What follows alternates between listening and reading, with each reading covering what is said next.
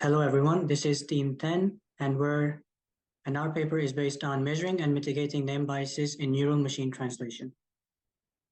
I'm Ali and my teammates are Emil, Tivan, and Washik. So this is the outline of the presentation, where I'm going to first present an introduction of our paper and our model, and then we're going to move into the replication approach and how we plan to improve on it and what we did for the improvement. Next, we're going to deal with the experimentation, how we experimented on our improvements. We're then going to analyze the methodology we use to perform our improvements, and then we're going to talk about the results and discuss them, and then move forward with the conclusion. Okay, first of all, gender and racial bias are a prevalent problem in neural machine translation systems. In the absence of explicit gender information, this problem gets even worse. So for example, when the only gender information is the person's name, in this case, the translation to languages with grammatical gender gives far more mistakes in translating female sentences. So in the picture, you can see that Google Translate, it sort of tries to infer what the profession actually refers to, which gender the profession refers to. And this problem is more prevalent when it comes to female gender as compared to the male gender. Also, sentiment biases. Systems can associate particular sentiment with names, gender, or ethnic groups, and these lead to prevalent biases against a particular group. And these are the problems that we try to tackle in our model. So our proposed solution is a data augmentation method called switch entity. So switch entity method, it does not require collecting additional data since this is a data augmentation method itself. So what it does is it switches names within one category to generate more correct examples so that we can achieve sort of a normal distribution within our data set for masculine and feminine names and certain professions, and also sentiments. So the model can therefore train with more correct translation patterns about gender names and sentiments. Now my teammate Ivan will present the replication approach and the updates. All right, so last time we tried to do our replication, it failed because of two issues. The first issue was that the initial chosen dataset had full sentences, but the entity switching code was not compatible with that. And the second issue was that the provided code effectively switched entities for a single document, but not multiple documents at the same time. Next slide. So to fix our previous issues, we used a spacey tokenizer on the original data and created our own naive entity switcher. And our entity switcher switched female names with other female names, and the same for male names in order to create a somewhat even distribution among the names with both genders. And this did it simultaneously for both the German documents and the English documents. And as you can see, these are our results. They were much better than last time, and we were able to achieve results close to the papers. And now Ali will present our experiment specifications. So basically, we use a baseline data set, the same as the one used in the paper, which is a WMT English to German translation data set. It's also called the Europol V7. And the auxiliary data set, which we generated using our method, is also an English to German translation data set, which consists of 700,000 sentence pairs. The GPU we used was provided by the course itself, NVIDIA GTX 1080 Ti, and the evaluation models. We use pre-trained models to test our data augmentation method, since our model is based on data augmentation. And the models that we used were transformer models provided by Fair Sequence, which is the Facebook research. We use the WMT18 and WMT16 transformers. And of course, we used the pre-processing provided by Fair Sequence itself, which is the byte pair encoding and the pre-processing. And you can see the hyperparameters we used for training the transformer models, and these are also the ones that are by default provided by Fair Sequence.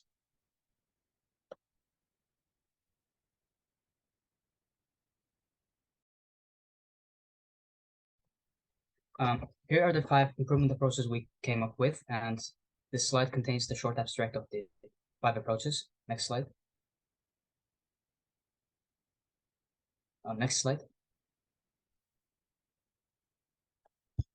Yeah, the improvement approach 1 is basically inferring the names from the dataset, from the training examples automatically, as a pre-processing step, and then using this information during the training. For example, here's a concrete example is given.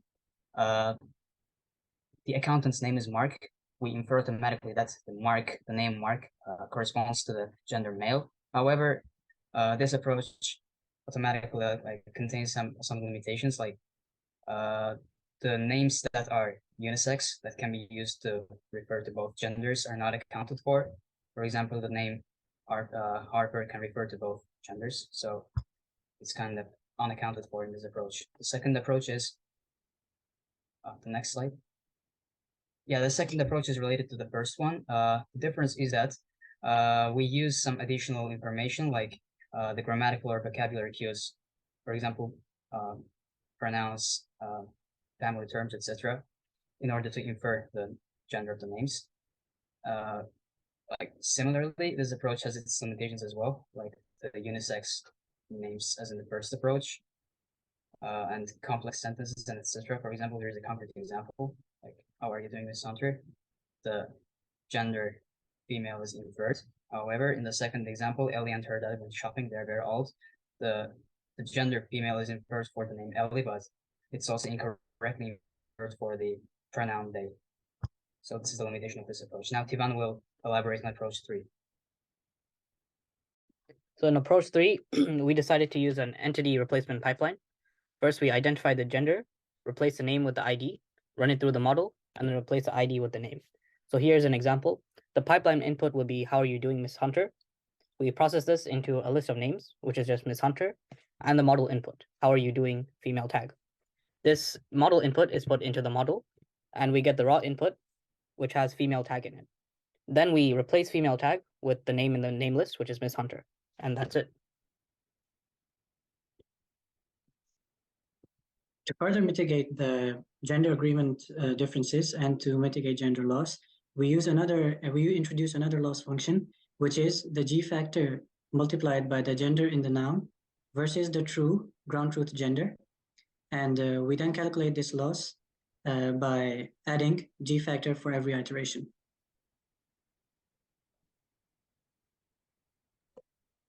And the final fifth improvement approach involves building a toy dataset, which is actually relatively large, regardless of the term toy.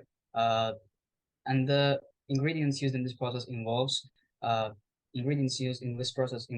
two name lists, female and male, both containing 1,000 names, like 1,000 male names and 1,000 female names, and other two lists, one for professions, around 7 professions, and another list containing personality adjectives, both negative and positive connotations. And the size of this list is around 300 items. And we use a Python code, like a very simple Python code, to automatically build this dataset. And the final size of this dataset is around 700 training examples, parallel sentences, parallel because it consists of sentence pairs from English to German. So the motivation for using this approach is that the approach is by definition, by construction, building a data set that is uniform in structure because the names are uniformly distributed, like each name is contained in an equal number of sentence pairs in the data set. So it helps to avoid like unwanted connections, associations between names of a specific gender and specific, in particular, negative sets of adjectives or professions. For example, if this approach is not used, then a negative adjective might be associated with a specific gender. Here's a concrete example. So Mike is a responsible student. Clearly the adjective responsible is a positive word, has a positive connotation, and its German translation is given here.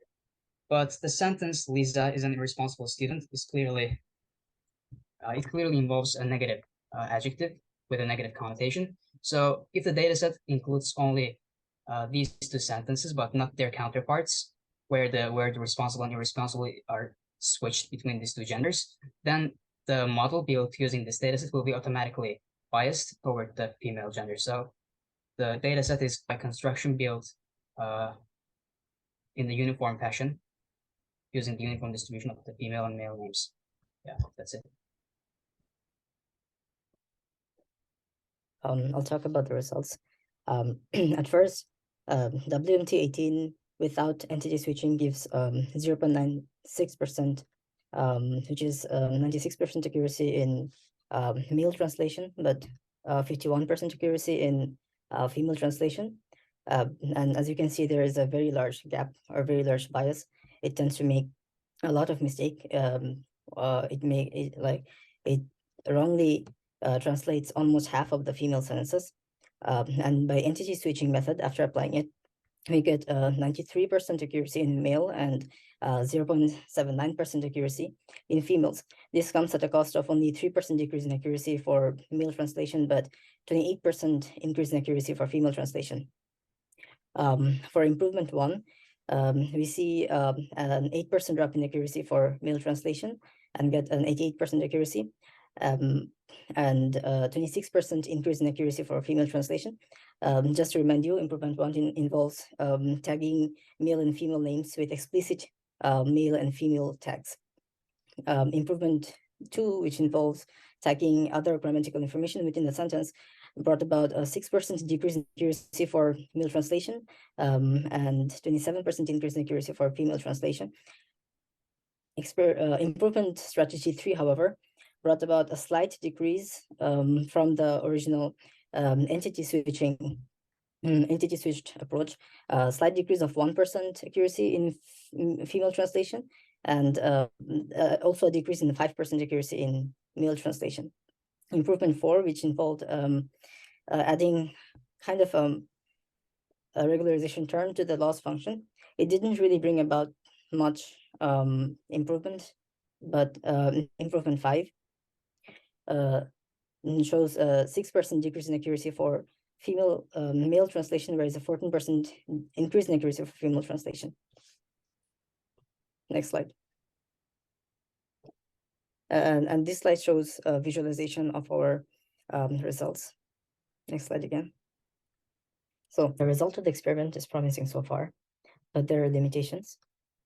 So for languages with grammatical gender, different parts of the language of a sentence can be affected by the gender of the sentence. But here in our testing, we are only accounting for certain parts. For example, the profession or only certain parts of the sentence. But to attain full accuracy of translation, we have to take into account other parts of the sentence as well. Another bit we want to address is the data augmentation part. It requires us to tag the document using NER. In our case, we use spaCy, and this takes a lot of time. Also, it has to be handled separately. It would be very convenient if we could add this data augmentation method to popular libraries as built-in. And also probably, since it takes a lot of time, for us it takes almost 36 hours to tag the document. We should probably research about faster algorithms for this data augmentation method. Lastly, the problem that remains is although this kind of slightly increases the accuracy for female translation in some languages, this kind of widens the gap that already exists between lesser known languages, but it is only a matter of time for us to acquire more data for other languages, and this method can be applied to those languages as well. In conclusion, our research has, this paper has shown that in current NMT systems, gender bias exists, and this has many ethical implications, and this also affects the quality of translation. And to mitigate that problem, we proposed a data augmentation method called entity switch, and this method doesn't require any additional data acquisition. Lastly, this method can be taken as a principle, or it can help to mitigate biases that comes in different forms or that exist in our NMT systems. For example, bias against race, ethnicity, and nationality. Thank you.